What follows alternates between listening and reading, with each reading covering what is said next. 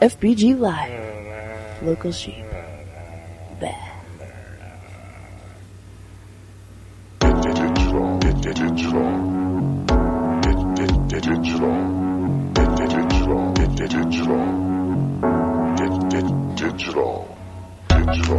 Well, welcome to the Digital Resistor. You know, I've been working on this show perhaps since I moved to Texas. It's about 6 years. It's kind of crazy. You know, thinking how long I've been thinking how important it is to have people's, stories told, to tell the stories about the alternate media's networks and the people behind them, the people that are working to make a change in the universe. And, they have mixed results. Maybe not primary results, maybe secondary or tertiary results. And, me and Mr. Satellite, we've been talking about that for quite some time. You're listening to the Digital Resistor, and I'm Steve OBrien, your host for this evening. It is, what is it now, man? The end of April 29th? That's great. Man, I made it 1 month into April. That's kind of crazy. Well, I wanted to tell stories about individuals and that have made a difference in the universe and changed things. And one person's coming to mind more and more lately as I watch different media outlets go offline or, change and morph and things like that. Hang on while I get a cat off my equipment. Don't you hate it when that happens? Kitties get everywhere. And that wasn't a planned thing, but, the studio isn't kind of nailed down. And, well, animals will be animals. But I wanted to focus on individuals, and I have this one person in mind right now. And he's a man. He lives in Round Rock, Texas. His name happens to be John Statmiller, and he currently, operates this thing called Republic Broadcasting Network. Now, it's an interesting place. And when I think about Republic and the years that I've been listening to Republic, there's got to have been hundreds, if not more, just talk show hosts that have channeled through his endeavor. He's working to communicate to everybody around him that the narrative of the world around us is flawed, seriously flawed. A lot of the people that, are on his network or have been on his network share that. And they disagree on different points, but that's the whole point of, alternate media. We understand that we may have ignorance of certain areas, and we listen to arguments and stuff like that, and we're able to analyze data, and maybe we can come to a point where we understand the world wasn't like we thought it was.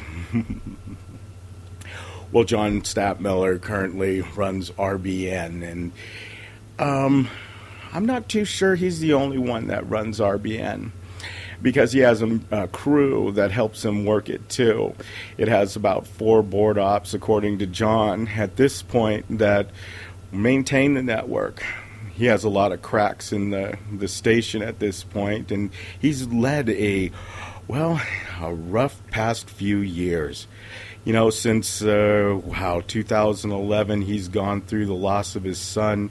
He's separated from his wife. He's got a divorce. He goes home at night, and, he's greeted by his cat. It's kind of a strange place to be when you care so much about the world, and, the world seems to be collapsing in around you. Oh, man. I just don't know what to say at points. I wanted to tell you about all of his, station troubles, and I can tell you about the, he's been hacked, when his wife left him, he had no way to keep the store open to monetize it, that he was betrayed by a friend and employee, and, he had tens of thousands of dollars taken away from the network each month, and he still keeps going. his latest strategy to actually bring on a host to increase the visibility of all the other hosts on the network ended in a failure. He went ahead and brought a host on, right? His name is Erskine. He's currently on GCN, but he was on RBN for a short period of time. And, trying to get RBN into the commercial realm of traditional AM/FM broadcast stations was quite a feat. And John set about trying to do this by, well, first of all, conforming to broadcast standards. Now, one of those standards is what we like to call the show clock. Now, when John went ahead and said, here's how we're going to, save the universe, and we're going to remonetize, and we're going to take care of RBN, and Republic is going to grow again, I will sit there and I will get you guys the ability to communicate to all these different networks. And here's how we're going to do it. We have to change the show clock. Now, the show clock is pretty much where you take your breaks. Now, currently here at FBG Live, we don't have a show clock. That's because we're not on, AM/FM stations. We're just on FBGLive.com. But the show clock is important. John Statmiller went ahead and made changes to the show clock, and man, did that cause confusion at the time. Everybody was bumping into the breaks, and the breaks were popping up out of nowhere, and it was troubling. But he worked through that trouble, only to get to the next point of trouble. Next point of trouble was actually getting onto the correct satellite. Currently, Republic Broadcasting broadcasts out on Galaxy 19, and that's been the case for a long time with Republic. But in order to get a whole bunch of, syndicated AM/FM stations, he had to move his connection over to Westwood One. Now, once he made that connection, everybody out in the community or everybody out in the alternate media kind of saw it drop away from Galaxy 19. And I know I, for one, was kind of, taken back by that whole thing when it disappeared from the air.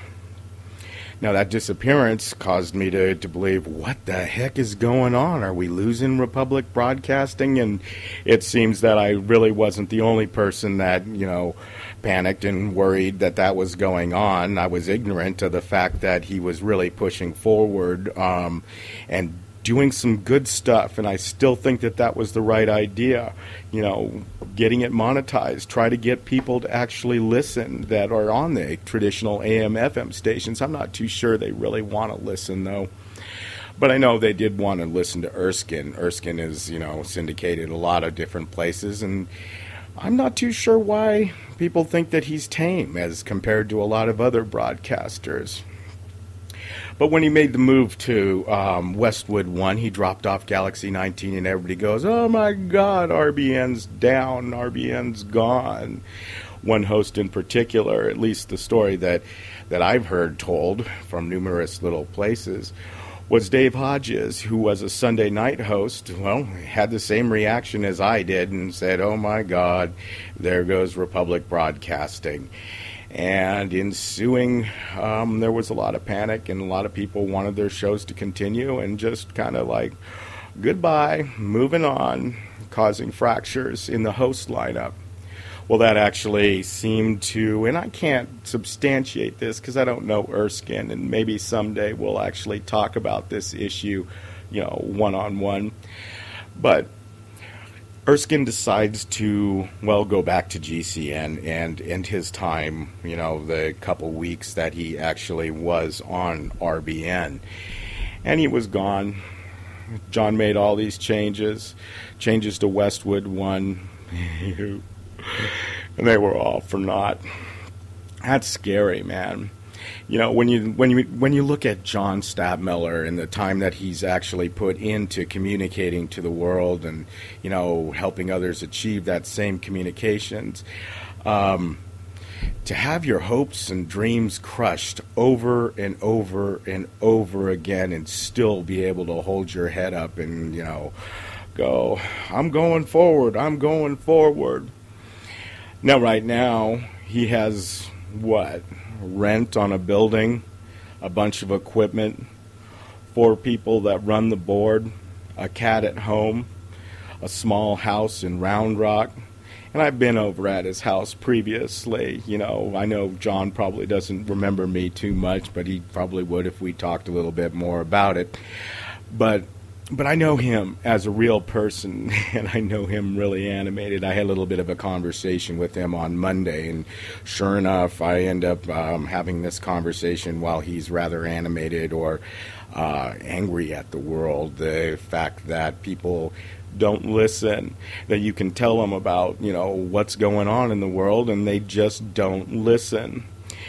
Maybe they do listen, but we want primary results, not secondary results. He's still fraught with issues with the network. Actually, he's cleaning them up one by one. He's actually currently working on his phone switch out. That's going to be good for him as he eliminates the T1 lines and goes to a voice over IP phone system.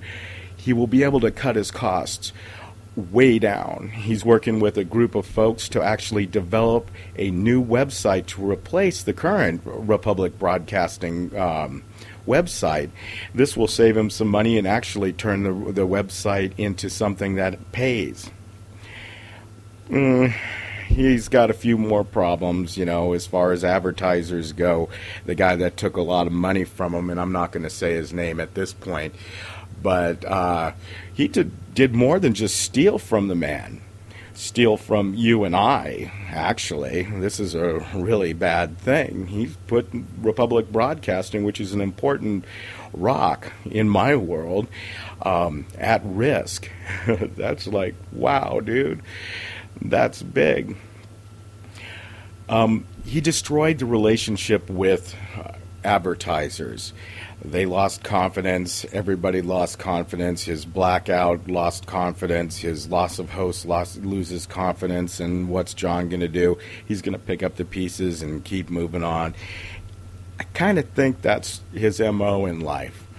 It'll be wonderful to ask him in another 10, 20 years, considering if we actually get through all this chaos, which is the world we live in today, what it felt like. You know, ask him why.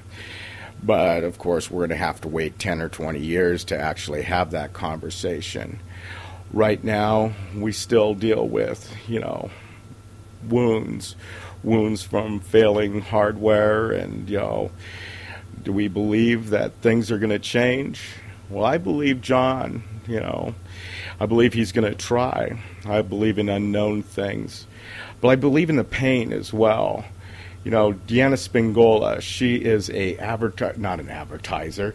She's a host on Republic Broadcasting Network. Now, she can talk to you a lot about alternate history and some things that the history books don't even want to talk about. She has a lot of interesting guests. And I'd like to play this clip for you. Now, this clip came from a couple weeks ago, not this last Saturday, but a couple weeks ago, when the automation system or the network was behaving really badly. It's kind of frustrating. Have a listen. Yep, station ain't behaving correctly. We're going to have to turn this dial, push that button. Okay, it's a technical issue, but it's certainly very annoying.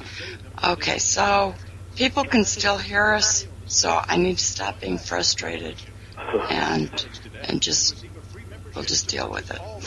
Okay, so we will take your phone calls right now. If there's anybody there to answer the phone, then do feel free to call into the program to ask questions, and hopefully there will be somebody there that will answer the phone.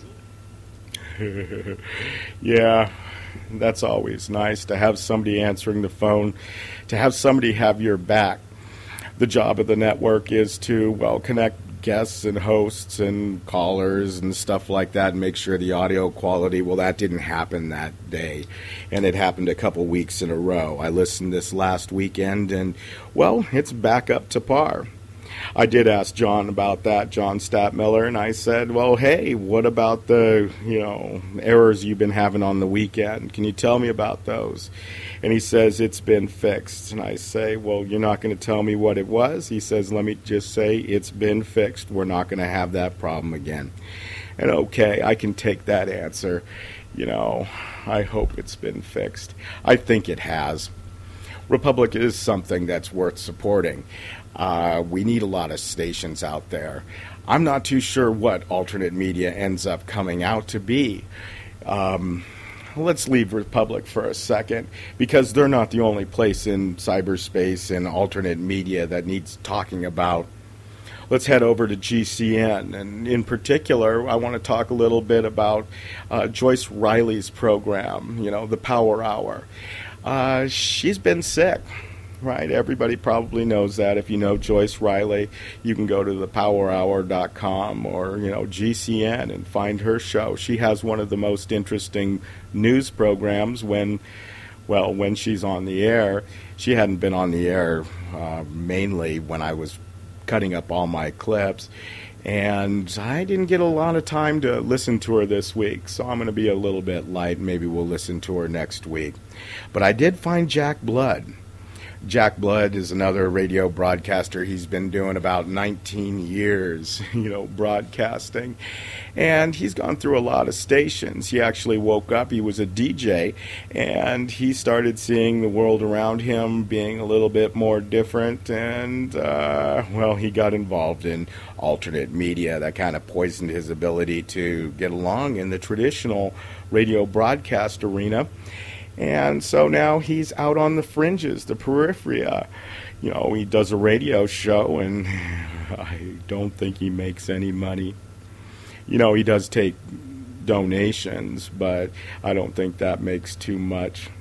But he's a great broadcaster. He has his flaws. He's a man. He'll even tell you that.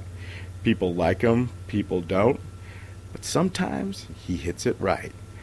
Tell us about it, Jack. Here's Jack Blood on the Power Hour.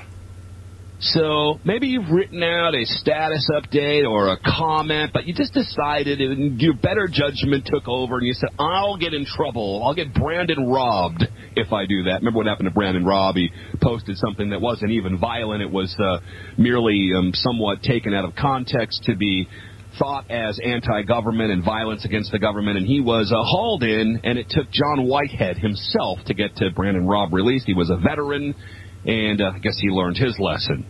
Again, the thought crimes.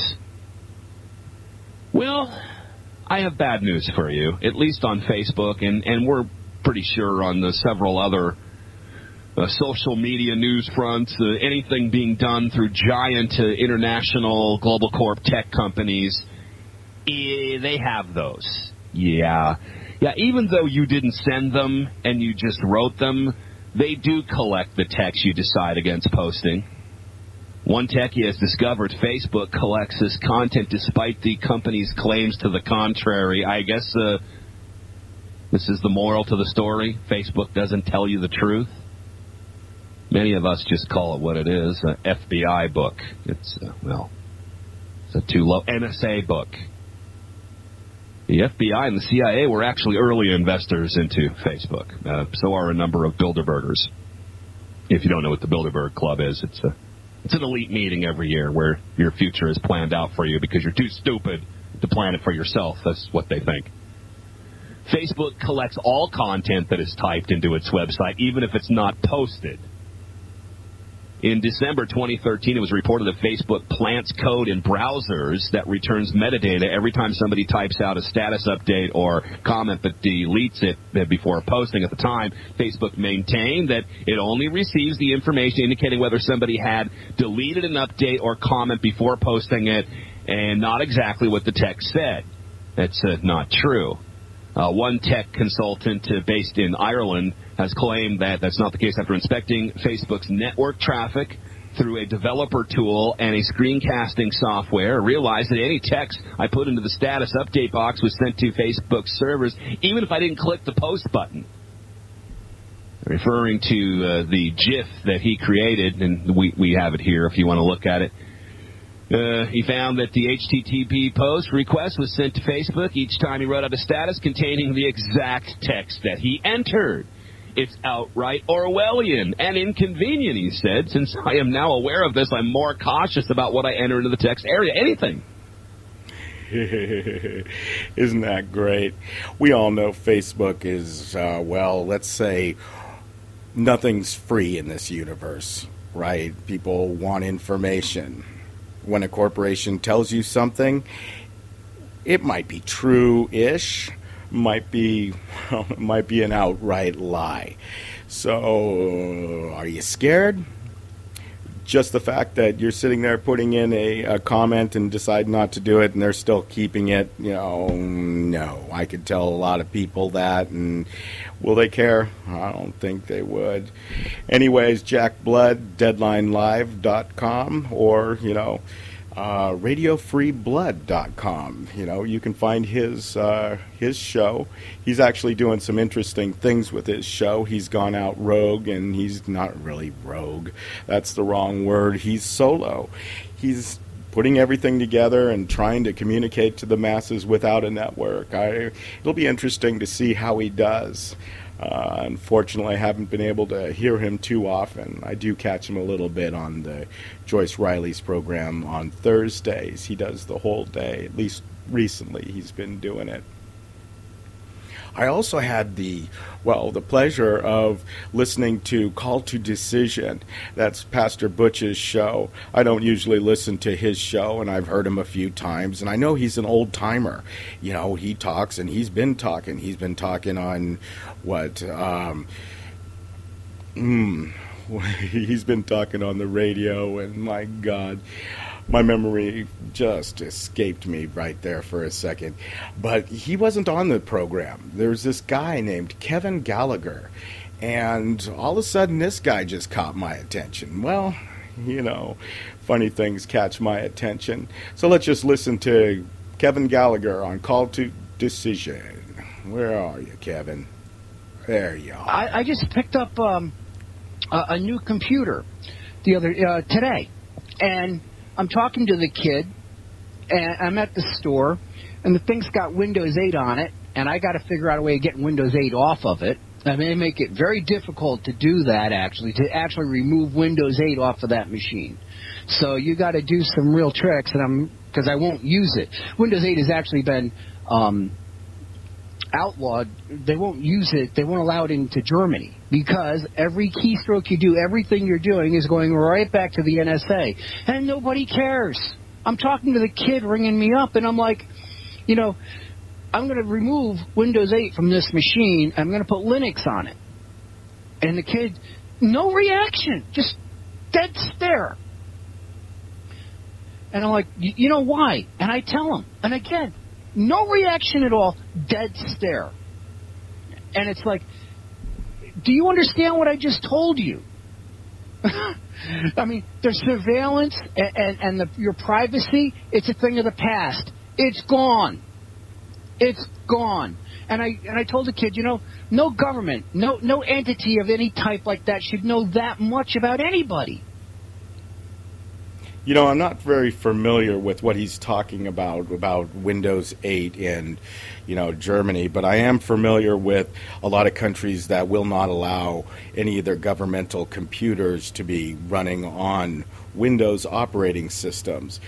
The DOD has been putting, stuff on Windows since I believe it was Windows 98 when we first found a file on Windows 98. It said the DOD blah blah blah .text file, and you're like, well, what the heck? What are you doing? So most countries that want to keep their computers pure, they run into a different operating system, and Linux is a viable way to go. Unfortunately, you and I can't vet the code of Linux, or maybe you can. But then you leave and you get to another problem. What Kevin Gallagher was pointing out is that the hardware, the laptop that he bought, had Windows 8 installed on it, and it makes it very hard to install Linux. Well, that's because it has a UEFI BIOS. Now, it's really not a BIOS. A BIOS was what they called a basic input-output system, and all it did was connect the keyboard, the hard drive, and all this other stuff, and it wasn't modifiable. Now, I have talked to a lot of different people about the BIOS and, you know, the ways that Dell and all the other companies were working to control the computers when they were off so they could actually turn the computer on and make communications out through the Ethernet port. And so that was happening way before UEFI. But currently with UEFI, they can, well, do everything. You can sit there and turn on the computer without any of the lights going on. You can do everything, and it's a wonderful thing if you want to manage 10,000 computers and update the operating system. But who's to say that that hardware is safe? If that's working for you? Maybe it's working for somebody else. I know Ernie Hancock last year when we were doing Digital Resistor was talking about his Google motherboard that he bought for one of his production machines, and how he bought a motherboard, parts, puts it in, and while he's booting it up, before it even gets to the operating system, it sits there and says, you have to agree to Google's terms of services. It's like, oh my God, what are you going to be spying on me from the motherboard level? Of course they are. We can talk about a lot of different broadcasters. When you're talking about digital resistors, there are many, many broadcasters. But there's one broadcaster that, wow, stirs emotions. He stirs emotions on every level. You know, the mass media, the CNNs and the MSNBCs, they get all worked up. City governments get all worked up. You know, alternate media people get all worked up. They all have an opinion about him, and wow. But he makes a difference. His show is called The Alex Jones Show. And he used to be just Alex Jones and, well, a few different people that, you know, were behind the scenes. And for one time, he had another host on, and he was trying to build up this crew, this team. And, well, it didn't quite work, but now it's working. So Alex Jones has managed to get David Knight in there. And, my God, I got to say, that guy's pretty cool. He has a good way of speaking. He's not Alex Jones, for sure. He does great news. He's actually very respectful. I'm not saying anything negative about Alex as far as, but his mannerisms, he can really be overbearing and walk on people and not let you talk and stuff like that. So David Knight does a lot of Alex Jones right now. And the whole InfoWars team, he's got writers and all this other stuff, and he sells lots of stuff, and people go, he's a gatekeeper. I don't know, but I'm willing to go there with you if you want to. I'll be exploring that over the next couple weeks. If you want to say something to me, if you know a show or you want to just point something out, go ahead and email me at fbglive@gmail.com. If you want to go ahead and make up a 1-minute blip, I'll play it for you. You can tell me your opinion of Alex Jones. Now, opinions are like, well, you know what they're like. But let's go there. Let's hear Alex Jones and, well, this clip that I heard last week. Jones versus the mainstream media. Embedded in that is a documentary film from No More News, and that's KNOW, No More News, exposing the mainstream media's propaganda campaign to ridicule Jones. I want to play a little bit of this documentary. We're not going to play, of course, the entire documentary because it's quite long, but I want you to get a sample of what this looks like, and you can see the entire video at Infowars.com. Let's roll that now.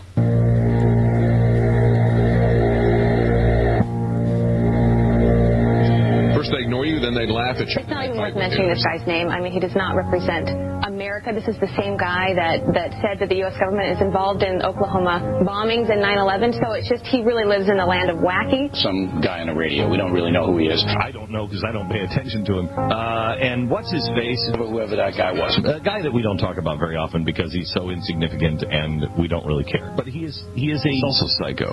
Yeah, Can we just say what it is? He's a really spooky guy. And you just have to be careful of it. And as long as you know who he is, it's fine. They've tried to ignore us in past decades. Yeah, I don't know what to say. What I can say is InfoWars is, well, important. I know one day, a few weeks ago, there was this thing called, Emerald Shield or Jade Helm. Actually, I just don't have any respect for these damn names. They come up with them and we just go with them. Jade Helm, Alex Jones breaks the dang thing, right? And then I hear him on the radio. I'm like, oh, there goes Alex Jones. He's off on his tear again. The next day, what happens? I have a neighbor come over and say, oh my God, they're invading Texas. I go, you're listening to Alex Jones, aren't you? He goes, no, I'm not. And I go, well, okay, Alex just covered that yesterday, and I haven't heard it from anywhere else, so I'd assume that, who are you listening to? Who are you talking to? Where did you hear that? All I was met with was silence, and that's actually happening. That's all I got. So I know he's making an impact. I know his cruise was down in Ferguson. They were covering a lot of that stuff. They were over in covering Jade Helm just a few days ago. They were over at the border covering other stuff. He has the ability to send actual people to make content. So, yeah, what do you make of that? I think it's great. I support it. I don't know. Let's go there. We'll keep going as the weeks go on, as the months go on, but thank you, InfoWars, for all you're doing. Thank you, all the guys at, the InfoWars team.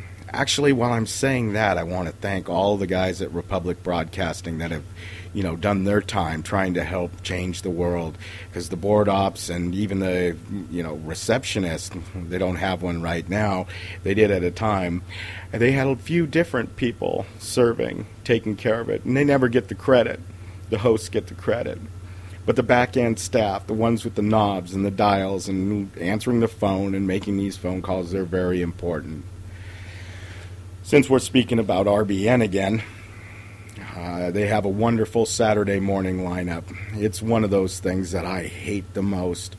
Waking up at 7 o'clock in the morning to hear the alternate media, that's kind of a chore. It's kind of important to me, too. I don't get to do it all the time, but, when I do... Well, I'm usually blessed, and this time I sat down and I started listening to Farren talk about different stuff and taking little notes for this show. So I grabbed a few clips from the alternate media. You can get them at thealternatemedia.com. And you should have a look. He's also broadcast out of the Republic Broadcasting Network.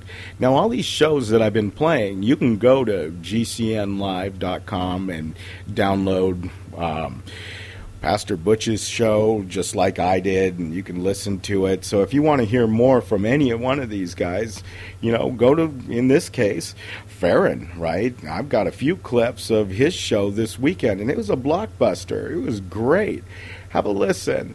This is Farren talking about Joe Arpaio. Let's move on to Maricopa County. Sheriff Joe Arpaio cut a wide swath even beyond his Arizona world, where he was a very big political fish. He became the voice of a type of tough justice that harked back to the Wild West when the lawman's word was absolute and few worried about the rights of prisoners or immigrants.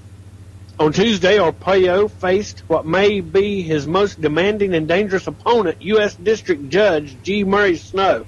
Well, absolutely, when you get to the district judge, who will decide whether the man who has called himself America's toughest sheriff should be held in contempt for deliberately ignoring court orders in a long-running civil rights case.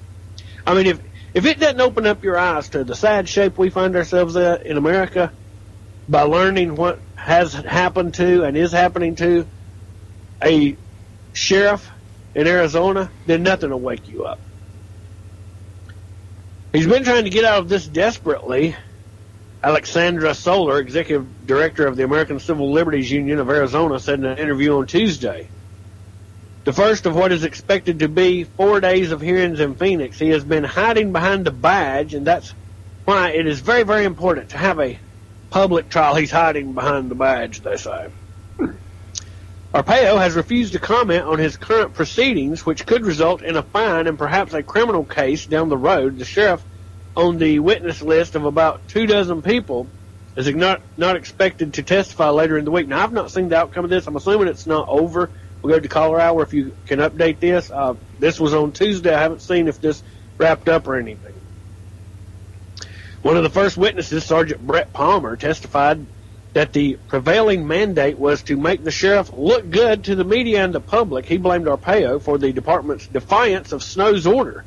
According to the Associated Press, after hearing testimony, Snow will decide whether Arpaio and 4 top aides should be held in contempt for violating the judge's order, which barred the sheriff's policy on immigration patrols that were designed to enforce tough restrictions on anyone in the country illegally. Let that one sink in. Now, we can't have a sheriff out here that sees that there's a lot of illegal immigrants running around in his county and decides to do something about it. Actually wants to ask people if they're a legal citizen, and if they're not, incarcerates them and works to deport them. Well, we can't have that.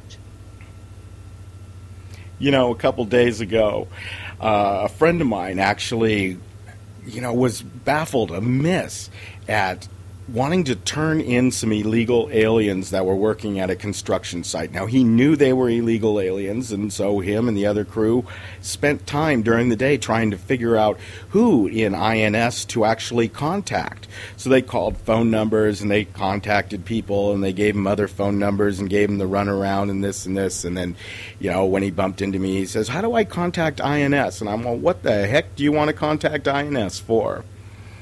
And he said there was some illegals, and I need to know who to contact for them, because these guys are dicks and they're illegals. I laughed at him. I said, "Dude, don't you know they don't care anymore? Seriously, they don't deport anybody. They don't even have borders." Well, okay, there's borders. There's fictitious lines. They even got people manning those fictitious lines, but they don't do anything. They catch what they call illegal alien. Well, no, they call them undocumented aliens. And then move along, my friend. Move along. Yeah, it's kind of frustrating. So Joe Arpaio is out there in Arizona, and he wanted to actually, enforce the borders and keep the people that weren't, supposed to be in out. But, you got to think, if the federal government won't deport them, maybe they're supposed to be here, at least in their view. I don't know. We're going into this thing called the selection election. It's coming up soon. Farren talked a little bit about that craziness of the elections and, the borders. Here, just check this out. So let's get started. Lindsey Graham's most shocking comments ever. Coming to us from conservative-headlines.com. I've seen it posted a couple of other places. Speaking at a campaign event in Nashua, New Hampshire, Lindsey Graham made some very wild comments. He made the completely absurd claim, and also Wall Street Journal carried this. If you want a more mainstream publication, they carried it in its entirety. He made the completely absurd claim that the U.S. border is already as secure as it can be. Graham stated, "We did everything but put alligators on it. We have literally militarized the border." I mean, this guy here, you don't know what he maybe is going to say. And, there's probably people that believe that. I don't know. I mean, I for sure don't. Graham said that as president, I think he's going to try to run for president. Well, why not? Graham said that as president, he would not sign any immigration legislation that does not include a pathway to citizenship. This is Graham's standard euphemism for amnesty. Graham has been a major sponsor of the Senate amnesty bill since at least 2006. Oh, yeah. Unbelievable. Graham attacked rival candidate Rand Paul, saying that Paul is less qualified. He's a doctor. Graham made the shocking statement, "I'm a lawyer." He's a doctor. Doctors are not used to being challenged.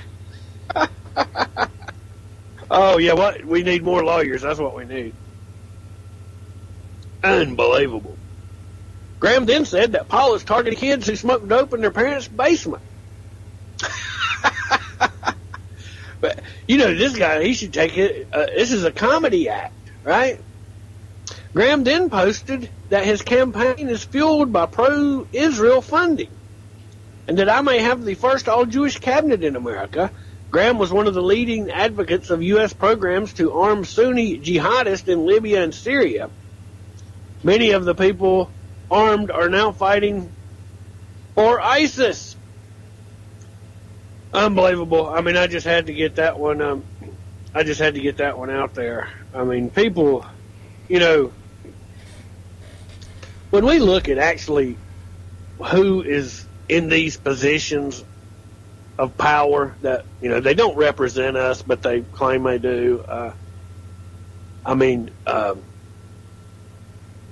Harry Reid, Nancy Pelosi. Come on, this is the best that we can do. John McCain, Lindsey Graham.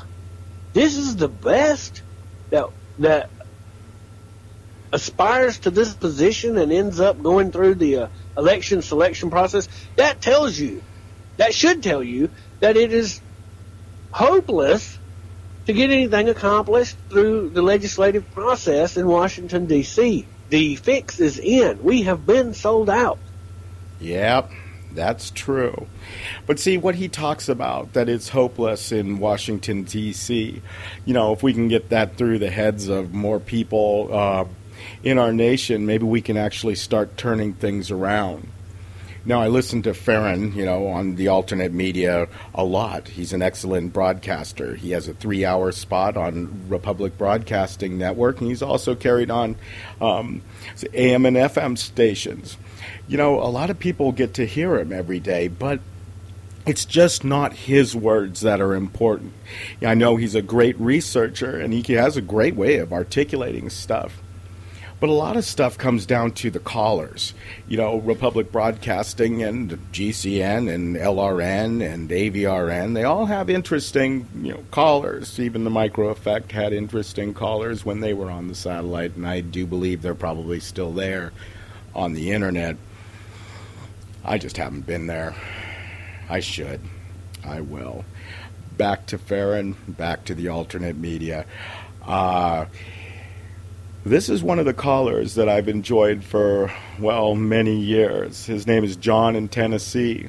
He called in on, you know, Saturday's show, and I found this quite interesting. Have a listen. We go to the phones. We've got John in Tennessee on the line and Michael in New York. John, how you doing today? I'm doing, Darren. Listen, you mentioned a couple things that prompted my call. First of all, China tweaking the human genome. Darren, probably 3 years ago, I've always been looking into eugenics and genetic engineering. I started noticing billboards here in town, heart care tailored to your DNA, cancer care tailored to your DNA. Started looking at China and what they were doing. So I went into Google and I put an email alert on for chimeras. And what's really interesting is about 3 or 4 years ago, China announced that they had taken 2 male mice, removed a chromosome from one of the male mice, created an embryo in a petri dish, implanted it into a female mouse, and came out with mice offspring that had the DNA of both of the fathers but none of the mother. So you got to ask yourself why they're trying to make gay mice produce children, and it's pretty obvious. Then I went in and found out that China, a couple years ago, according to the BBC, and if you go to YouTube, you can actually watch the video, have tweaked the DNA of a cow, caused it to now produce human breast milk. And the people that are working at this place are really thrilled. All the men are smiling as they're drinking human milk coming from a cow. So there's a reason that they're perverting and corrupting and changing DNA. I believe it's the same reason in the Old Testament times when the Israelites were forced to eat the king's food. At least they knew it was the king's food. Now they're genetically modifying, corrupting our food, and most people are ignorant. They're not stupid, but they're ignorant because they don't know that you're being forced to eat the king's food without your knowledge or your consent. And when you're taking things into your body, Farren, in my opinion, maybe Michael can agree or disagree, if you're taking something into your body, since your body is a bioreceptor, like a sponge, that you're actually changing your DNA. So we're being changed into something other than what God intended us to be without our knowledge or our approval by a satanic science community. What do you think? Well, you know, it brings this to mind, and I'll ask you this question. If you look, I've had the chance to look through some old annuals of local schools. You know, looking in an annual from the 40s or the 50s or even the 60s. You know, there was maybe one in the class that would be chubby. You know, when you talk about what we're taking in is changing us. Look at how this society, how our bodies, our actual physical looks have changed. If you look at pictures of World War II young men and women, physically fit, their physiques, even their minds, I believe, were in a better shape than our society is today. All of this food and all of the fluoridated water and everything else that goes with it is having a detrimental effect. That's why I believe, John, and this is what I really wanted to ask you, that's why they portray on TV and the commercials and everything, they portray the average American white male as a sickly-looking, puny, pale-faced, you know, he looks like he's a cancer patient, but all the hot girls is looking at him like he's good-looking and stuff. That's how they portray it, because that's actually what it's morphing into out here in society. Very interesting. And then also, I've not seen the follow-up. You remember I done the story a couple of weeks ago where they were going to transplant the head in Russia. I mean, the things that they are doing, it is Frankenstein 2015. I mean, it's just unbelievable. And you know as well as I do that it is taking things in all the wrong directions. What do you think of that? Yeah, well, I don't. That discussion went on a lot longer, and I really couldn't play the entire thing. You can get it in the archive over at republicbroadcasting.org. That's John in Tennessee. Hey, John, if you ever hear this, man, thank you for all the times that you called in and shared your thoughts. We are listening. There's a lot of people out there listening. You know, we may not always agree with you, but the world would really be a better place if, well, more people actually did call in, share their thoughts, even just listening. I don't know. Everything seems really important. Michael in New York called in again, and now I see Michael, not really see Michael. I hear Michael all over the place. It's kind of nice. I kind of like Michael, you know. Again, I agree and disagree with him, but hey, we wouldn't be the alternate media if we all agreed, right? We're going to Michael in New York, then Steve in California. Michael, how are you doing today, sir? Good morning, Farren. Doing well, sir. Thank you. Lord in heaven still reigns supreme. All is well in this quadrant of his creation, sir. Thank you. And good morning, John. I'll comment on John's statements. And typically in the past, the peasants were not allowed to eat the king's food. Okay, but as I mentioned a long time ago, with the quote from Marie Antoinette when they use it as "let them eat cake" as a derogatory statement, which was totally erroneous because the people were starving, and at that point, the young queen was like, "Let them eat our food. Go ahead, feed them our food." But that was a precedent because typically peasants weren't allowed to. But John, regarding the GMO foods, now typically the body will reject it all, okay? But when it's inundated, it will get sick, and that's what will happen. For example, I cannot eat GM corn. When it first came out, the local farmer that I used to get the corn from, I was aware in the late 90s that it was being released. I was hoping it wasn't going to be here, but it was. I got an upset stomach, tried it 3 times in a row. Each time got severe indigestion, and so I stopped eating and started growing my own natural strains since. And that's how it should be for everyone. Everybody should get some kind of indigestion when GM foods go in. And if you're not, that's a major indicator of where your body's at with its state of health. It should be rejecting it, letting you know it doesn't want it. But as far as altering our DNA, I don't see it happening.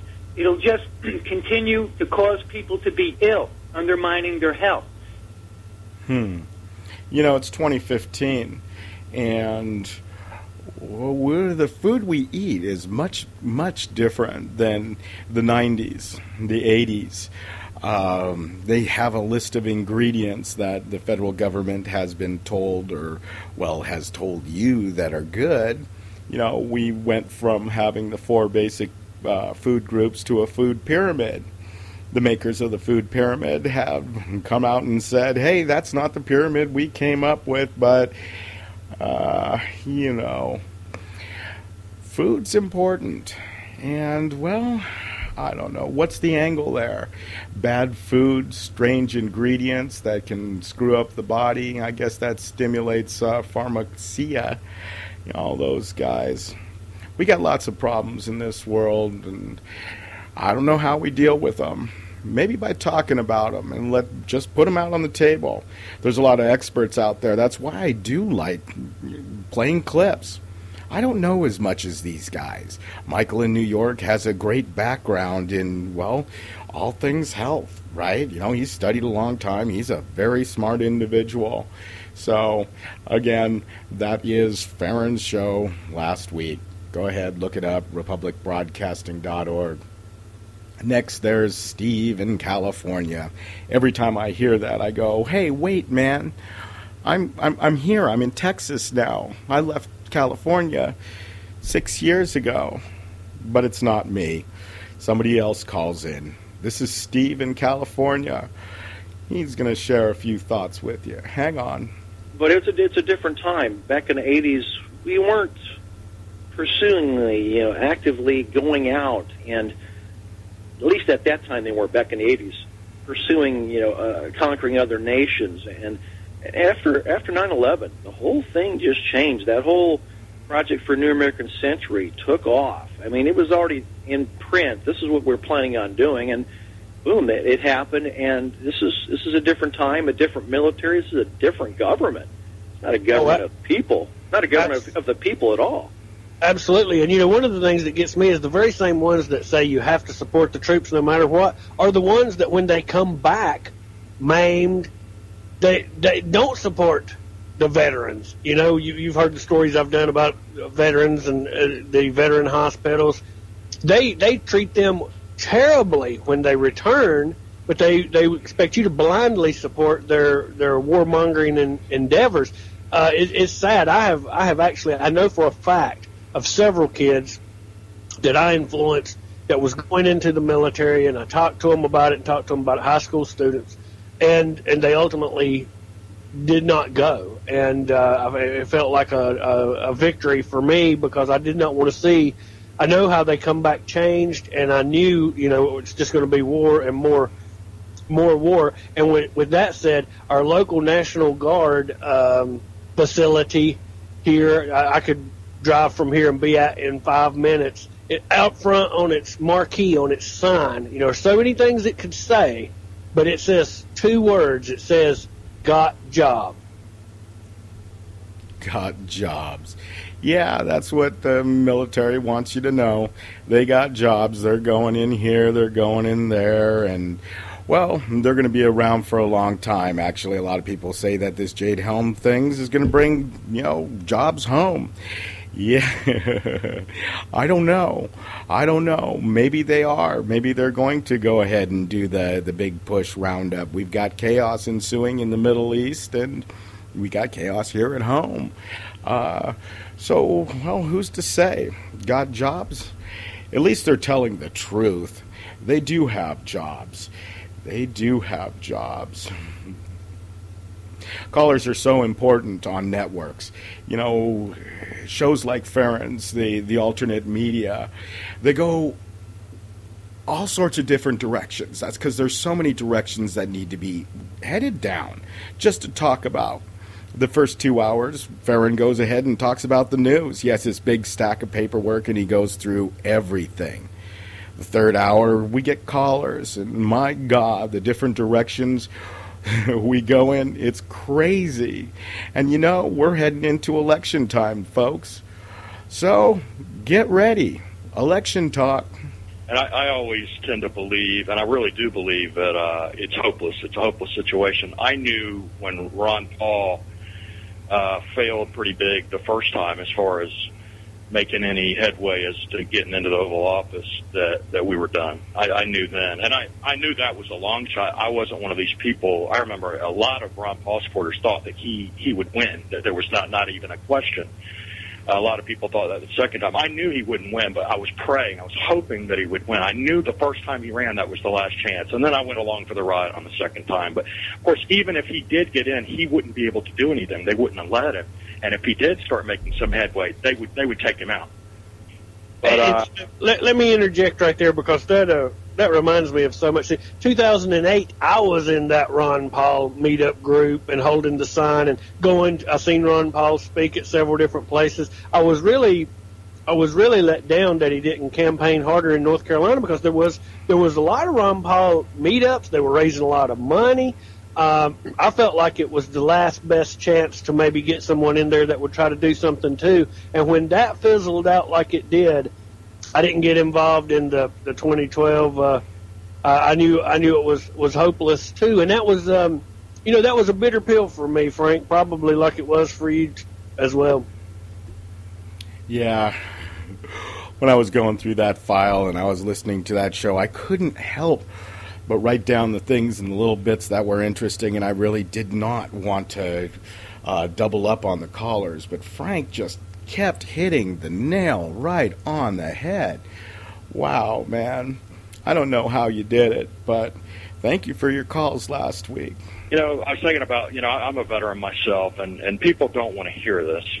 And the U.S. military is not our military. It hasn't been our military in a long time, and I don't want to get into a debate as well. What time, when was the last good war or whatever? I mean, some people would say probably the Revolutionary War or something like that. But, your son, your brother, your father, your uncle, maybe your daughter, whatever, they may be in the U.S. military. They may work for, get a paycheck from Uncle Sam, from the, U.S. federal government. However, they do not work for the interest of the American people that certainly not that hold the traditional American, values or whatnot. And the people that they work for, your son, your uncle, your daughter, whatever, your dad, the people that they work for actually hold the traditional American people. When we think of America from the 50s or 60s, something like that, they actually hold those people in utter contempt. Do you understand that? That's kind of a crazy thing to realize, to get your head around. For me, it wasn't too hard. I've been in the understanding that what they say they want to do and what they do is two different things, and it seems like complete doublespeak. I want to help you means, hey, hold on to your head. They're going to try to cut it off. Well, I'm going to have to play another Frank clip real quick, and it's a quickie. Hang on. Hey, I've been wanting to ask you next. Do you listen on the internet or through the air on this radio station? I actually listen on the listen-in line, the telephone line, because I have unlimited minutes on my cell phone. Occasionally, we do find people that use those listen-in lines. They're very useful. So if you have a telephone and you don't have internet, you don't have satellite, you could actually, dial in and, on the network's dime, you can listen to stuff. Frank has unlimited minutes. RBN pays for it. It's important that we actually support these people. If you advertise, or you're an advertiser, somebody that can actually sell something to the nation, and you have this understanding and you have a product, I would say you should go over to one of the alternate media networks and, hey, Put your money where your mouth is. Throw down the money, have them support you, or you support them. You know, it should be a bi-directional deal. Donations are important, too. The Republic Broadcasting Network is currently doing a pledge drive. You can go to republicbroadcasting.org and help them out. They definitely need help to get over this hump. John Statmiller has a lot of changes that he's working on, websites, archives, phones, all sorts of important changes that will make it more viable for that program to support all the broadcasters as well as all these people out in Round Rock, Texas that are trying to get the message out that we need to do something, and we need to do something now and quick. Okay, Steve hops off that little box and wants to point you a different direction. There's another guy. He's been around for a while. His name's Daren Weeks. And he's been broadcasting. Well, he is a broadcaster. He works in mass media. He works at a college, and he teaches people, the ins and outs of broadcasting and mass media. And then he goes home and he puts on his mask and he tells you about the real world, not the world that the mass media wants to show you. He'll show you all the loopholes and the real plans. Govern America is the show. You can get at governamerica.com. It's also carried on Republic Broadcasting. It's been carried on Republic Broadcasting since I can remember. God, it's a very important show. Daren's not the only person on that show. Nancy Levant does an excellent job. You can learn an awful lot from Govern America. I know I have. I know it's a favorite, here in Fredericksburg, Texas. Here's Govern America, Daren and Nancy. The treachery comes from within, and today, some of the stuff we're going to be getting into, it becomes very, very apparent. Anyway, Nancy Levant, I think, is standing by. If I can get the right button. Nancy. Daren, good morning. Can you hear me? I can, loud and clear. Wonderful. Hello, ladies and gentlemen. Welcome back to Govern America. Yeah, Daren, let's start off with betrayal. I have been reading, not so much by desire, but because there's so much regarding Hillary Clinton at the moment. And I've been reading all the news and all of the articles and, all the stuff. And, I just go back to this constant thought that, that family, Bill and Hillary, these are depraved people. We have known it for a very long time. It has been obvious for, decades. But, Daren, what that brings me to is the fact that we have somehow arrived at a place where we allow ourselves to accept depraved candidates for the highest offices in the United States. And, they say, well, what can we do? What can we do about that? Daren, there's a lot we can do about that. And I think that maybe on this broadcast today, we need to start a movement, and we need to start an information spreading that this country does not accept candidates for high office, such as Hillary Clinton and her husband, such as the Bush dynasty, the Bin Laden friends. And as long as we continue to simply accept these types of candidates, then we're going to continue down the path that they are leading us. We have to say, flat out, come out screaming as a nation, no, they're not candidates. They're not our candidates. They're not. I think know. We have to say that we do not accept them. Yeah. Well, I don't accept them, and I don't accept what they're doing in our name worldwide, and that's one thing that I've tried to make very clear. Yeah, that's true. We don't accept them. They don't care. What are you going to do? You going to talk to people, tell them the truth? And oh, God, what's it like Kevin Gallagher says? They look at you with a blank stare, and they look at you like you're crazy. But they hear something like Jade Helm, and, well, they come running. I don't know, Nancy. It'd be interesting to start a movement. I don't know how you can start a movement, except maybe a bowel movement. Moving people is like herding cats. Just herding cats. I have one final clip before we go into the first episode of Mr. Satellite. We'll be continuing Mr. Satellite as we go along. You know, I know an awful lot about alternate media, and I can tell you a little bit about broadcasting and the technical doo-ha-has about how to actually do this stuff and how all the bolts go together. But Mr. Satellite can actually tell you a lot about what's going on right now and who's talking about what. So let's finish off with Govern America, and we'll move on to Mr. Satellite. Welcome back to the broadcast. This is Govern America. GovernAmerica.com. That's GovernAmerica.com. Once again, my email address is radio@GovernAmerica.com. Always happy to hear from the listeners. Always glad to hear you, let us know that you're there, that you're listening, and that you're paying attention, and that you care.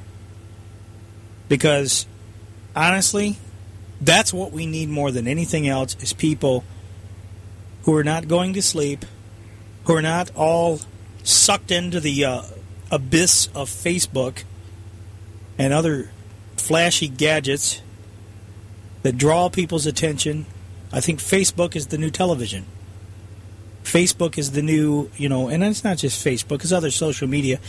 I got nothing against social media in general other than the fact that I know that it's being used by the government to collect every bit of data on you. And these things seem to be so addictive. So incredibly addictive. I find it very remarkable driving around on campus, seeing these kids walk into traffic with their phone in their face, don't even bother to look to see if anything's coming. It's just amazing to me. It's almost like everybody's in a trance. It reminds me of that Star Trek episode, The Next Generation. It's hypnotizing. There was a Star Trek episode where they had these devices on the they were like glasses, and everybody was wearing them, and it was like it was a game, and they were playing this game, and it started off just being a few people, and it spread to more and more and more people until everybody, everywhere you went, everybody was doing it. And they ended up, the people that were addicted were very rabid about getting other people to try it. And once you tried it, you were hooked. And they ended up, basically, it ended up being a plot to take over the ship. And the only reason it didn't succeed is because Commander Data, which was an android, ironically, wasn't subject to the trance and was able to successfully devise a way to bring everybody out of it. But I look at what's happening around us, and I see the people that... I remember that episode. I remember it clear as day. And I didn't put those two together until Daren actually said that. But it is kind of like a trance-like thing, social media. And everybody goes, well, you're not on Facebook? Get on Facebook. And then you sit there and you do your little news feed and you get in your fights with this person or that person. And, are we all walking around in a trance? Yeah, maybe some of us. Maybe me. You always say I can see until, well, somebody clears your vision and you go, wow. That's kind of crazy. Well, we're coming up towards the end, and I really do need to get Mr. Satellite in because, well, it's important. We will be back with Mr. Satellite. In fact, I got a lot of, his hidden files that I will be proppering and putting up on the FBG Live YouTube page. We've been doing this for quite some time. There's a lot of content out on for FBG Live. I've been around since 2011, and I'm not all of FBG Live. But this is new, guys. This is Mr. Satellite. Got him to talk for the first time. I hope you enjoy. Well, good evening, Mr. Satellite. Good evening there, my good little computer nerd friend. Oh, my God. I've messed with you that bad since I've known you. You know that. Yeah, that might be true. Hey, I've been talking a little bit about, you and how you listen to alternative media, and you don't have a connection to, let's say, CNN or even the Internet. You don't do the Internet, do you? No, occasionally I just got a friend down the road here that's got Wi-Fi. I can go down and sit outside his house, and I got a tablet, which I didn't really want, but I've got it. But yes, I do. I can connect if I want. Yeah, but you still listen to news, right? Yes, Russia Today and Press TV are the two in English that I still get. And you don't do like Dish Network or anything like that? No. When I go to someone's house and I actually see part of what the rest of the world calls the news, it drives me insane because I know that they're flat out lying to you. They've nothing, if not through omission, through just flat out lying to you. Yeah, so you don't pay the monthly fee for that crazy stuff? No. Satellite for $200, you get a dish and a receiver, and if you got a little television, you can hook it up and you can pick up. I don't know. I forgot how many radio channels there are now. There's 480 television channels you get. About 4 of them are in English. Right. At the moment, new ones come and go. They drop. But yeah, I actually remember being at your place at one point in time when that whole thing called the Arab Spring was going down. You remember the Arab Spring? Oh, yeah, that was on the Kuwait channel, and it looked like a Saturday Night Live skit. We were sitting here, what the hell is this? Right, so you're scanning the channels on Galaxy 19, you're going between all the English things, and oh, God, what was that thing where they were having protests in? They were throwing Molotov cocktails. What city was that in Tunisia, or where was that when it first started? Oh, they're protesting. Protesting, we used to call that riots. Cops in riot gear getting chased with people with Molotov cocktails, and they're calling it, protests. Well, you remember we saw the Kuwaiti thing like 2 months before that Arab Spring supposedly actually started. When they came on, and they said, no, we all we do is help people to go inside. The Emir says you cannot gather large groups outside, and as we help them go inside, some of them fall on pavement and hurt themselves. Yeah, it was a strange time, and even Al Jazeera was having problems there, if I remember right. What channel were we watching when I don't know, what do we call him, Barney Fife cop? Got up there, the big fat guy with the small hat. That was the Kuwait channel, which it was the Kuwait channel in English, and they broke into the programming, and it looked like a Saturday Night Live skit. I expected Dan Aykroyd or John Belushi or someone to walk on the stage. And the event was a bunch of protesters or people gathered in the streets, and then the cops came in and brutally repressed it. Yes. Yeah, beat them up and just did an American move on them. And then they tried to cover it up with their communications. That's a question that I have to ask you again. And I know you don't necessarily know the answer to it, but why would these countries like the Kuwait people put a channel up on Galaxy 19 free to air? Because Galaxy 19, we buy a receiver, a dish, you point it up there, and you can pull down the TV and the radio. They're spending a lot of money. We know the cost for satellite radio, but those things have video as well. So they must be paying at least $6,000 to $12,000 a month for, a channel plus production. Why would they do that? Well, it's hard for us to comprehend because we don't have trillions of dollars of oil money at our disposal. What it costs them a month to put up a satellite station is nothing. That's like, 30 seconds of their income or something maybe. Okay, so why? You got to remember these things do broadcast around the world. You can pick this up in Europe. You can pick it up in Africa, as far as I know. Right. It depends on where you are. This one satellite you can pick up. So there's Kuwaiti people that are living in the United States who get it, and there are Kuwaiti stations that are in their native language, and they also have this one channel that's in English, and they play some American programming, and there's a lot of stuff about come and join Islam. Here's how to do it, and here's the speech patterns, learning how to write Arabic, and all this stuff. It's really strange. Really? You watch television with a whole different perspective because you actually have to use your brain to watch this. And it seems like the shows that these the Kuwait channel and the Saudi channel, there's a Saudi Arabia channel also that's in English, and the programs that they choose to play all seem to have a really, really deep message in them that I never noticed before. Like Boston Legal is playing now. They're playing a series of Boston Legal, the program. And in every one of these things, they get up and they say, the government's doing this. The government's bad. They're doing this against you. You shouldn't have to do this. They shouldn't be allowed to do this and this and that and that. And when you're watching it, until you're woke up, you really don't notice what they're saying, what message they're putting out. But there is a big message being put out, but only to those of us who are awake. Yeah. Only to those who are awake. The rest of it, it's like The Simpsons. You ask someone who doesn't really know what's going on, and it just sounds senseless. But when you know what's going on, you understand that they're poking fun at all kinds of things that they can't really do except for in a comedy situation like this. But they're telling you the truth. It is deep, but I always want to know exactly. I know my thoughts about the satellite and why I'd want to get up onto satellite. Doing broadcasting, I believe that that's a great way of communicating. It's cheap, $400, $600, $800 a month to put a stream up there, but the back end of actually creating content, having something to put up there.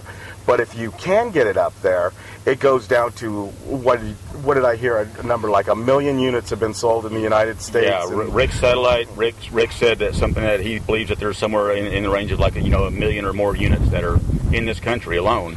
Not even counting overseas. What might be listened to. So because there's people. If you listen to this, to RBN, there's people from all over the world that call in, whether it's from the internet that they're picking up or the satellite. Most of the times they don't really say. Okay. Liberty-oriented radio networks that are currently on Galaxy 19. Can you name them? Getting fewer and fewer. There is, of course, Genesis, which has actually 5 channels they play. They have actual 3 channels, and on each channel you have a left and a right. It's stereo, so you have a left and a right channel. And you can play separate channels on both those if you want to. Some people they think that people want to listen to stereo because it sounds better. I myself don't really care what it sounds like. If I can hear it and understand it, I'm listening for content. Right. Not necessarily who's saying it or anything else, but I listen for content and to either corroborate or dispel, something that I've heard in the past. Right. So we got GCN.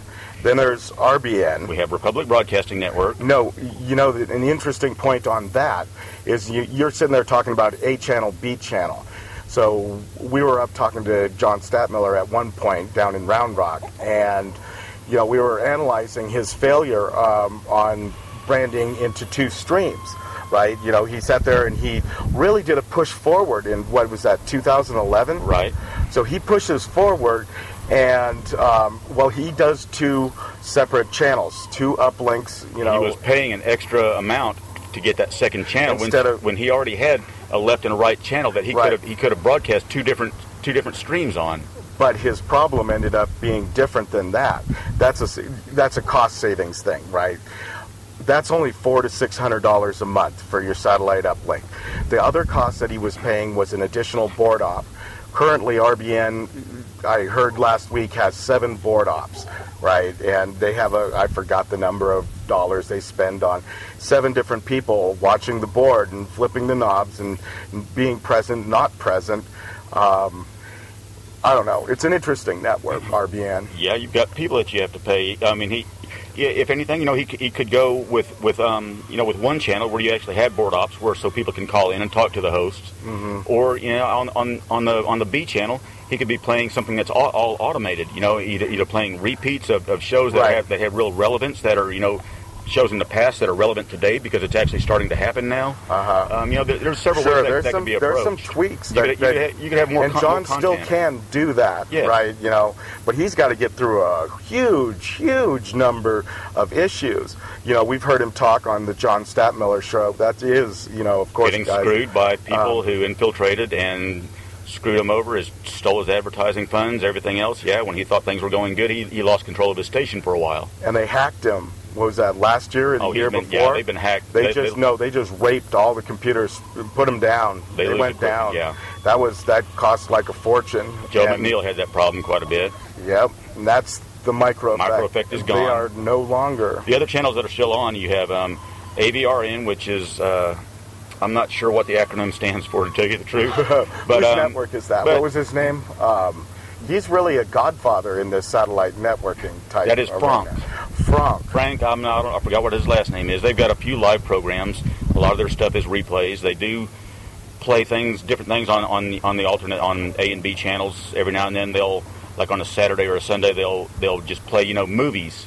You'll hear the audio from a movie. But a lot of people churned through AVRN. Yes. Right? They'd sit there and they'd go to AVRN. In fact, Joe McNeil founded the Micro Effect, which is now off satellite, but I believe it's still on the internet. I'm going to have to, I haven't looked. I'll look this week. But so you got Frank, and he had Joe on, and Joe left, and he formed this, and then the Micro Effect had a lot of broadcasters. They went to RBN, and then they left RBN, and RBN's kind of... They move around. People have egos. People get their feelings hurt by stuff that shouldn't hurt. It's kind of like things you hear on the internet.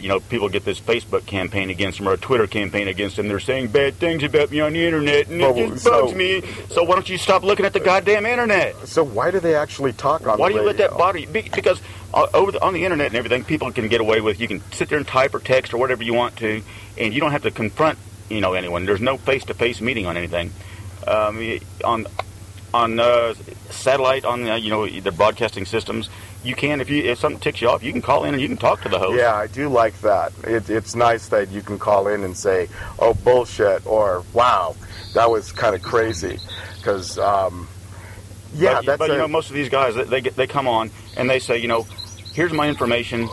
I don't want you to believe me. I want you to use your own brain. Use your own brain. Here's my sources. Right. Go read the sources for yourself. My source material. Look it up. If you can make something else out of it, and you can change my mind, you've made a friend. Because my mind is always open to being changed. If you can change my perception and prove to me that what I believed before was wrong, you've made a friend.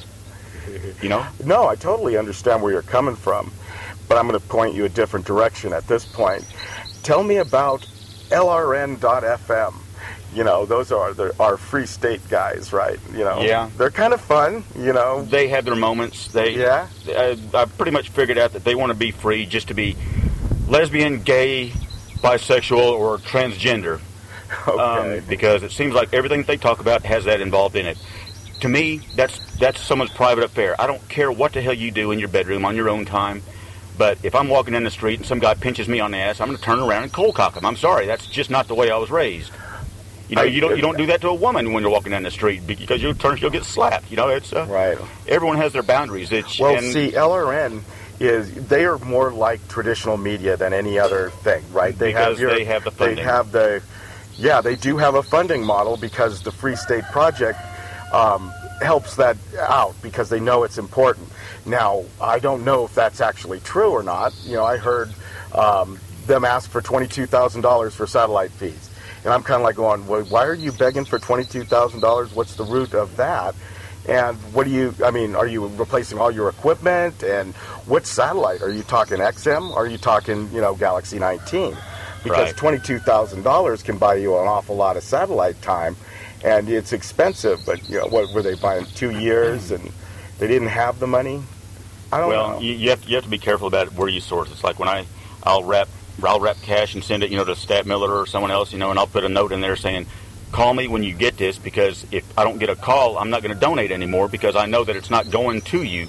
If you actually get, it's John Statmiller. Mm-hmm. John, call me. Here's my number when you get this to let me know that you got it. So it's not being siphoned off by someone who's screwing you behind your back. And that seems to be, something that just happened to John, where allegedly, all sorts of money was, not given to RBN and went to an individual's pocket. But that story is still playing out.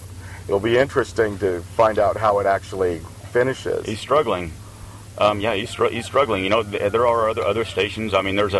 There's the Voice of Russia, which you can pick up, which is in English. Really? It has some interesting content periodically. Sometimes I've never heard of that at all. I don't play it much because it's propaganda, free and clear. But they do try to put up it's kind of like watching Russia Today or Press TV. You have to filter everything because they give you a whole lot more of the truth about what's going on in this country.